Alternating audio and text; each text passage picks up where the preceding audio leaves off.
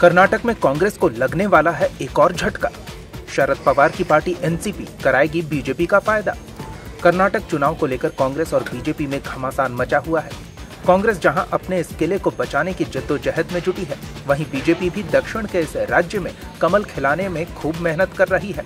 लेकिन चुनाव से पहले बन रहे सियासी समीकरण कई उलटफेर की ओर संकेत कर रहे हैं।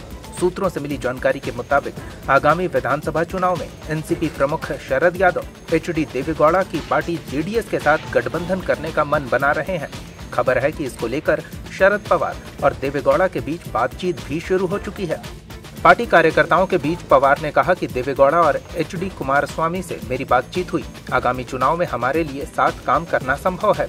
राजनीतिक जानकारों की माने तो अगर शरद पवार का जेडीएस के साथ गठबंधन होता है तो इसका सीधा नुकसान कांग्रेस को होगा। लेकिन शरद पवार ये सब बीजेपी को सत्ता से बाहर रखने के लिए कर रहे हैं।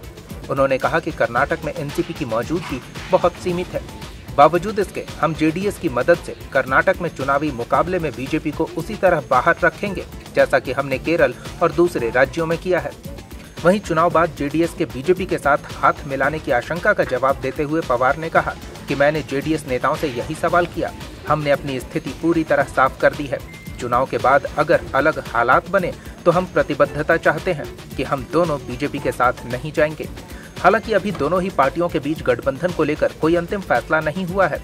लेकिन अगर दोनों दल मिलकर चुनाव लड़ने का फैसला करते हैं तो इससे कांग्रेस की उम्मीदों पर पानी फिर सकता है।